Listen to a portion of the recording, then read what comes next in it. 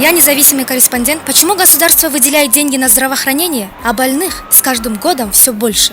Государство выделяет средства на программу государственных гарантий. Она позволяет людям получать важные медицинские услуги бесплатно. К примеру, экстренная медицинская помощь в амбулаторных условиях, стационарная помощь, стоматологическая помощь, лекарственное обеспечение. Но бюджет может покрыть только часть всех потребностей. Необходимо эффективно использовать государственные средства. В нашей стране, где коррупция имеет место быть, к сожалению, есть риски закупки лекарств, медицинских изделий по завышенной цене и низкого качества и подделок. Как можно это все изменить? Сейчас многие НПО и активные граждане участвуют в общественных слушаниях по формированию проекта бюджета здравоохранения. Думаю, граждан не будут слушать. Все так думают, но их не только слушают, но и меняют проект бюджета. Ведь госбюджет выделяется на обеспечение доступности необходимых медицинских услуг для всего населения и каждого человека в отдельности. Я и все граждане могут влиять на формирование бюджета? Конечно. Я гражданка Кыргызской республики, и я могу влиять на формирование бюджета.